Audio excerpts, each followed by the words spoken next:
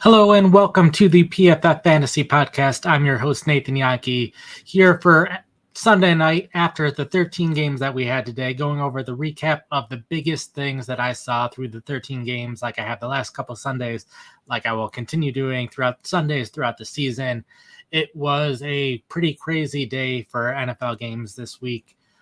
There were a lot of things where I had to research, figure out what was going on, why a player was rotating in or out the way that they were. It was definitely an interesting week, but I will go ahead before I start anything I had planned. The question that I keep seeing on Twitter is what we should do with Mark Andrews. The Ravens just had their blowout victory tonight. Ravens continued their tight end rotation, still doing Andrews and Likely in 12 personnel, Likely and Kohler in 22 personnel. Andrews was seeing most of the work in 11 personnel, but because he's not playing in 22 or not playing in 22 personnel, it's Likely who's running more routes, getting more targets, and that continued to be the case this week. For me, I think it completely depends on your league size, and that'll determine if you drop Andrews or not at this point. You obviously can't put him in your fantasy starting lineup. So there's that. But the fact that Andrews is still one of the highest graded tight ends over the past couple seasons, we know the talent is still there, whether or not he's at 100% right now, coming back from the injury over the course of last season. There's still a chance that the Ravens just either change what they do at tight end, in which case Andrews sees more playing time, or they trade him. So in leagues where I can afford to keep him on the bench, I'm definitely keeping him on the bench because there are only so few tight ends that are very talented in the NFL, and Andrews at his best is one of those tight ends.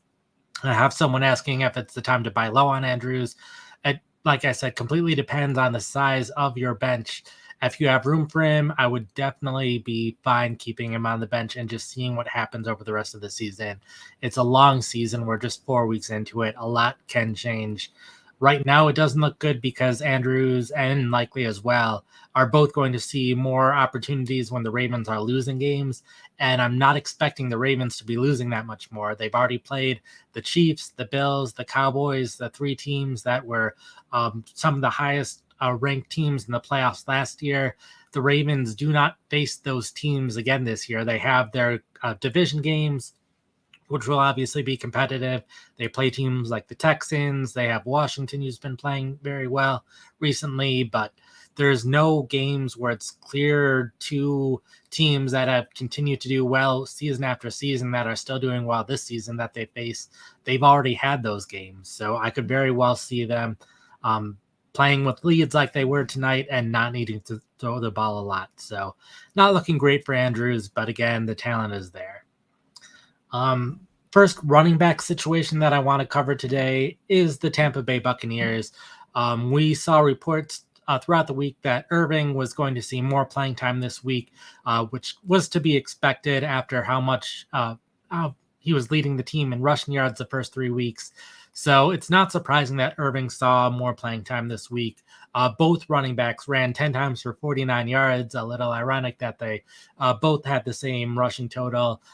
Irving did score a touchdown in this one, though, and then White had 2 receptions to 1 by Irving. So while Irving saw more playing time, this was probably White's best game of the season, at least on the ground. So that was a little interesting. I think the big thing for me here is throughout the season, Irving and White, their playing time was pretty consistent from 1 week to another. White was seeing all of the work in basically every situation outside of early downs where Irving had carved out a decent sized role. And in this week, Irving, I had thought would just see more early down snaps, which is where you get most of the carries. But instead, Irving was getting more work at the goal line, in short yardage, and on third downs. So it was pretty surprising to see him get all of that work in those situations. The goal line snaps is how Irving ended up scoring a touchdown. So the goal line snaps, obviously very valuable for fantasy because that's when you have the opportunities to score touchdowns. So that was huge to see. But the third down snaps was also pretty surprising for me, considering Rachaad White, that's where he's at his best, is a receiving back. Even though he hasn't been efficient throughout his career as a rusher, he has been efficient as a receiving back. So we thought at the very least White would still see all of the receiving down work, but that wasn't even the case this week. So that was probably the biggest surprise for me, is that the third down snaps weren't all White. And the one situation where White did see all of the playing time was 2-minute drill snaps. But last week we saw Irving take some of those snaps in the 2-minute drill. So there is no situation where the Buccaneers are like, we're sticking with White and not putting Irving on the field. So I think this backfield will remain fluid. There's a chance that Irving could become a feature back or an every down back in this offense if he outperforms White. It would take Irving needing to play better than White on passing downs for that to happen, but I think that's at least within the realm of possibility, where I didn't really think that was a possibility before. I thought Irving's ceiling was going to be the primary early down back, get most of the goal line works, but not play on third downs or the 2-minute drill. So this opens up more possibilities for Irving for me. At this point, I'm not including him in the waiver wire article because he has been picked up in too many leagues for him to be considered for that. But I think White's someone that Irving's getting to the point. Sorry if I mixed up their names before in this. For whatever reason, I have mixed up their names before. But Irving is someone that is getting to the point where you could start considering starting him in fantasy leagues. I think the fact that White played so well in this one at matched Irving in terms of rushing production outside of the touchdown means I don't think White is going away completely yet. White can probably be started in some leagues still. We are entering bye weeks next week, so that also plays a factor in who is worth starting and who is not. But I think it's a situation worth seeing. Both guys should be on rosters, and I think the situation will continue to evolve throughout the season. But Irving so far has been more impressive as a runner, so I expect Irving to get more work going forward, and that to continue to be the case. Next backfield I want to go over is the Atlanta Falcons, where we saw a bit more of a split in carries for the two running backs. We saw Tyler Algier actually lead the team in carries with 8 attempts for 60 yards, with Bijan Robinson running 7 times for 28 yards. Robinson did get more of the receiving work, but we saw a split in snaps that was reminiscent of last season when Algier was having his good games. So that is definitely not what people who drafted Robinson want to see. This was the big concern for Robinson in general being a first-round pick, is the fact that Algier had played so well, both as a rusher and as a receiver throughout his career so far. And there was always the possibility that Algier could mix in more, and that started to be the case this week. It was pretty clear that they were starting to do more of a rotation. On the second drive, it was Robinson getting the first drive, Algier getting the second drive, and that was a clear distinction from the first 3 weeks of the season. Robinson had played 35 of the 36 possible snaps on the first 2 drives over the first 3 weeks, so 6 drives total there.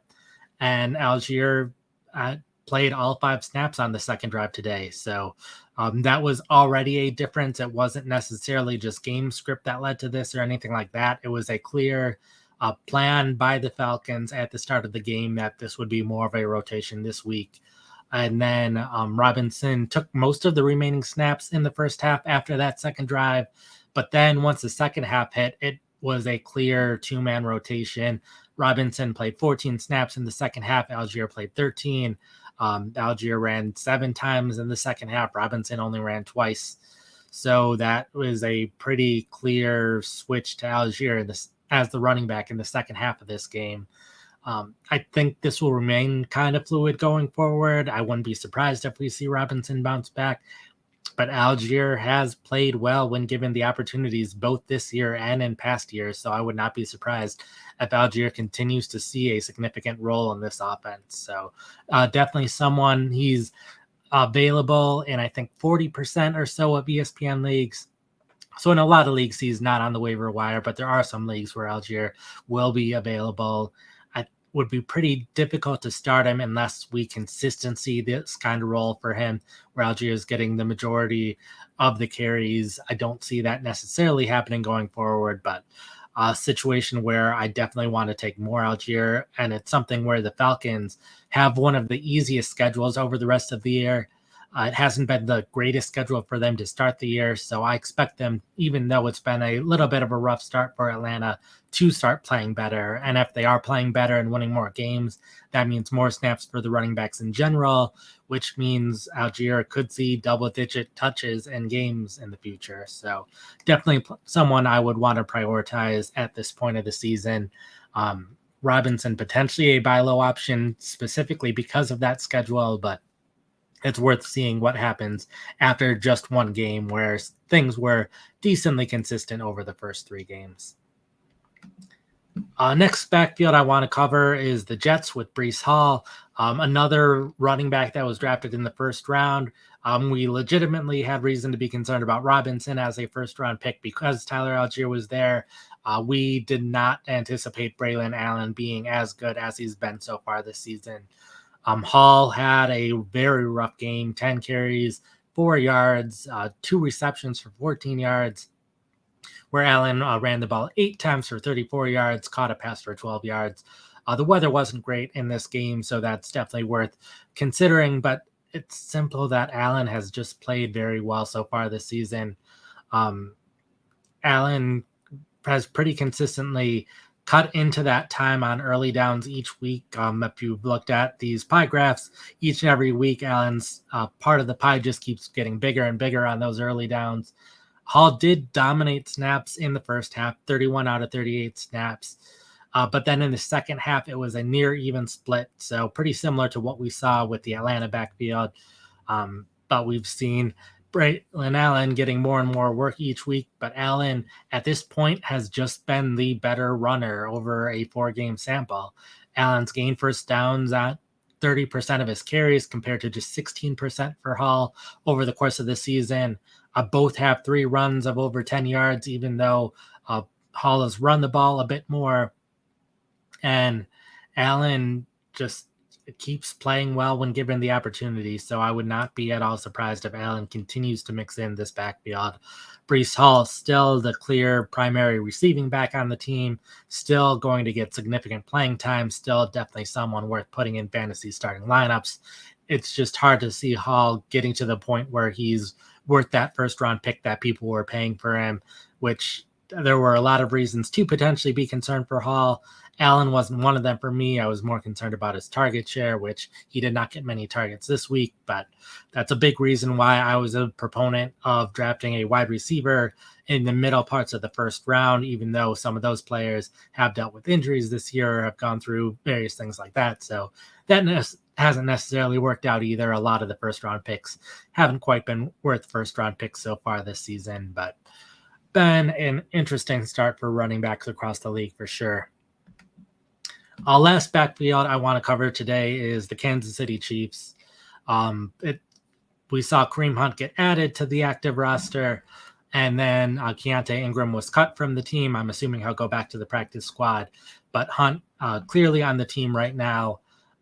Started off with Carson Steele taking all of the early down work in the first quarter of the game.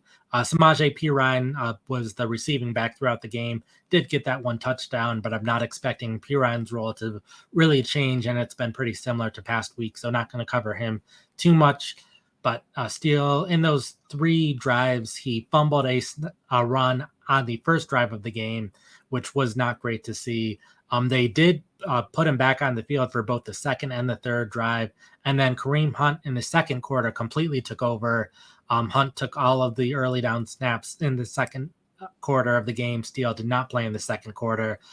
So it was a little weird for me to see that.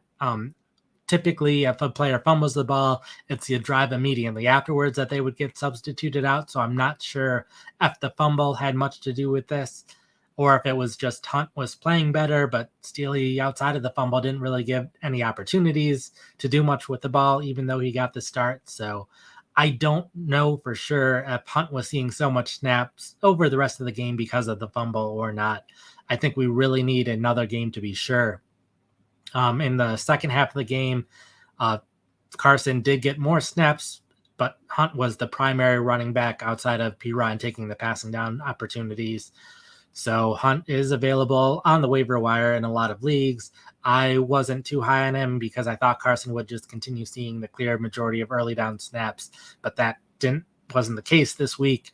I would not be dropping Carson just because there is the chance that the fumble had a lot to do with the playing time in this one.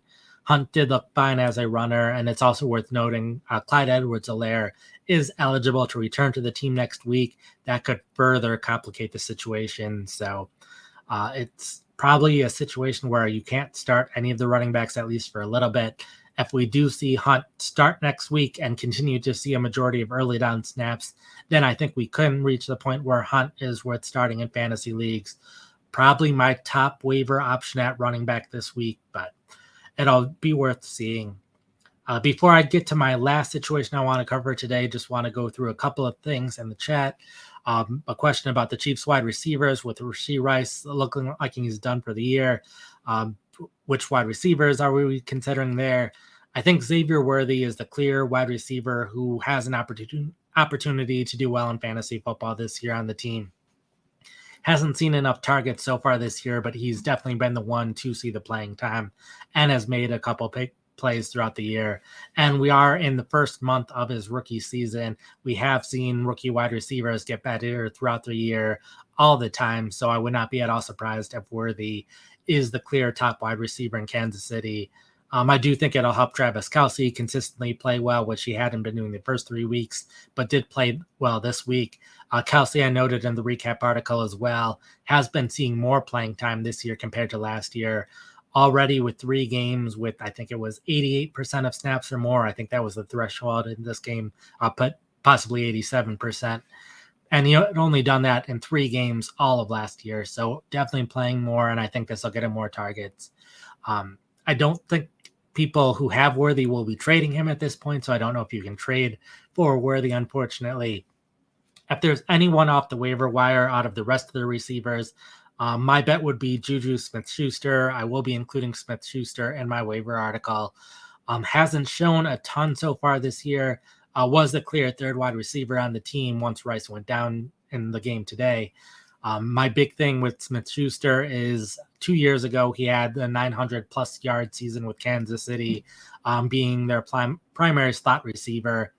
They kind of rotated guys in and out throughout the game in the slot. It wasn't one clear slot receiver, but I wouldn't be too surprised if Smith-Schuster didn't go back to that role that he had in 2022, considering the Chiefs had success with it 2 years ago, and they'll need to do something to try finding more success with their wide receivers. I also wouldn't be terribly surprised if they tried to trade for someone. I wasn't coming up with too many great options of who they could trade for. Devontae Adams from a division rival, Curtis Samuel from the Bills, but those are 2 teams that probably don't want to be trading a player to the Chiefs to get them better. There weren't many players that are at wide receiver in the NFC that made a lot of sense to me. In terms of free agents, like Hunter Renfrow hasn't signed with anyone. Michael Thomas hasn't signed with anyone. It wouldn't be all that surprising if they had someone. There's also, they could bring back Kadarius Toney or something like that. But I don't think they have a ton of options for what they can do. Smith-Schuster is probably the best guy. Someone mentioned Deontay Johnson. I don't see Carolina trading him at this point, since he's their top receiver and they just traded for him. And the team's been playing a little bit better recently. Other thing in the chat that I see before I go to the last situation, can Sam Laporta get 20 points for me to win? Matchup, it'll be tough. Laporta has not been seeing the target so far this season. I really hope he starts to turn it around because he did show a ton of talent last season. I think he is capable of turning things around. Someone mentioned Hopkins in the chat, DeAndre Hopkins. That's actually interesting. The Titans, either Hopkins or Treylon Burks, whoever Tennessee is probably most willing to get rid of, but that's probably one of the better situations. Didn't think of them too much because they play tomorrow night, but I think that is a pretty decent option. Last situation that I want to cover, the Washington wide receivers was an interesting one for me. They've kind of changed what they've done every week so far this season. Have generally had a rotation of wide receivers outside of Terry McLaurin.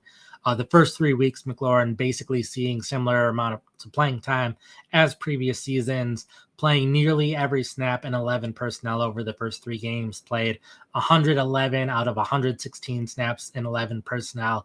So only 5 snaps where he had missed or been off the field in those clear passing situations. Whenever they wanted to rotate him out, it was typically in a 2 wide receiver set. Had played 30 of 42 snaps in 12 personnel, 10 of 13 in 21 personnel in the first 3 weeks. So nothing alarming, nothing out of the ordinary for Terry in those first 3 weeks. But today his playing time dipped below 75%, something that had not happened in a long time. When I first saw that, my instant reaction was, well, this was a blowout victory. He probably didn't play much in the fourth quarter. It's probably nothing to be worried about. But every split that I looked at, every way that I tried to look at for the Washington wide receivers, it looked like it was by design throughout the game that they were trying to get McLaurin off the field a little bit more often than what he was doing in the past. He played 25 of 32 snaps in 11 personnel this week. So that was 7 plays out of 11 personnel where he was not on the field compared to 5 over the first 3 weeks combined.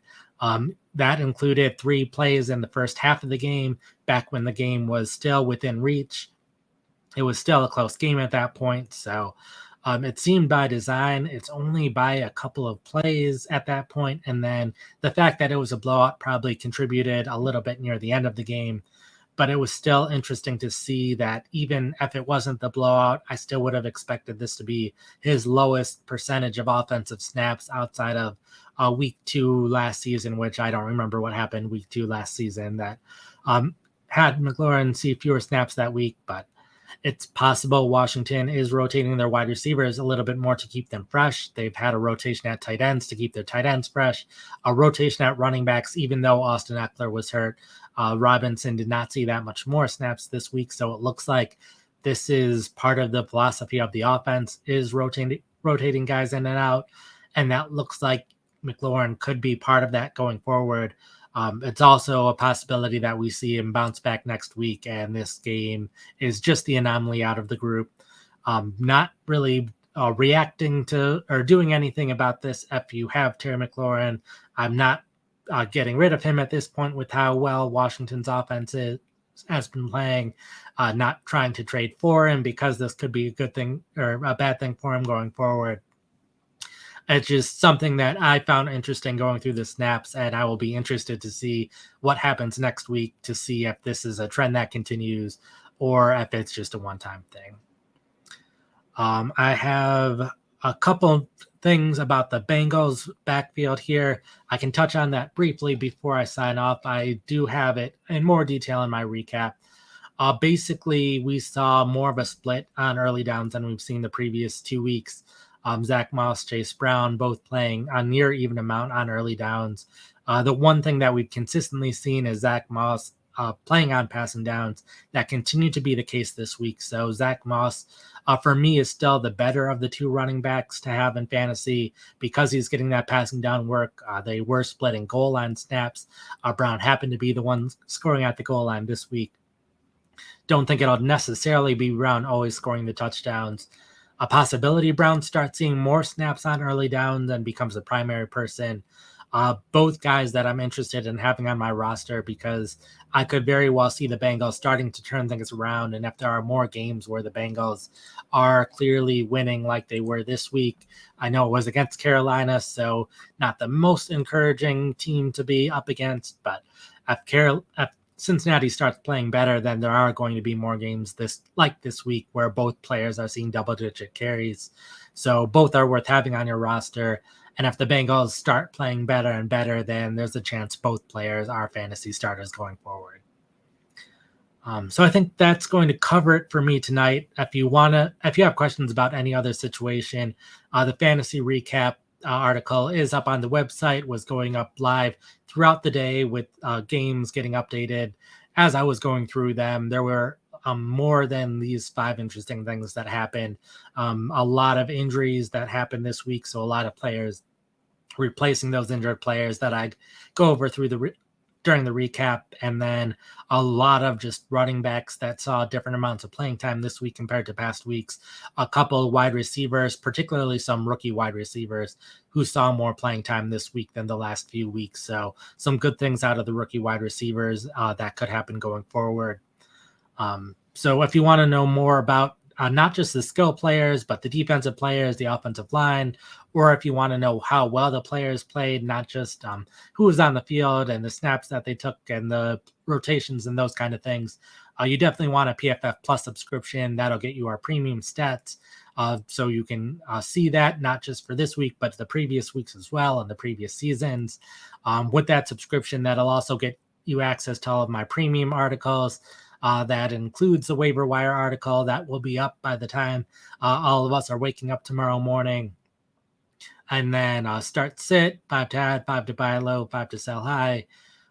And then, of course, my rankings as well are behind the paywall too. So you need that PFF Plus subscription if you want access to all of those things and me taking all of this analysis that I do in the recaps and applying it to what you should do with your team and who you should be starting in future weeks.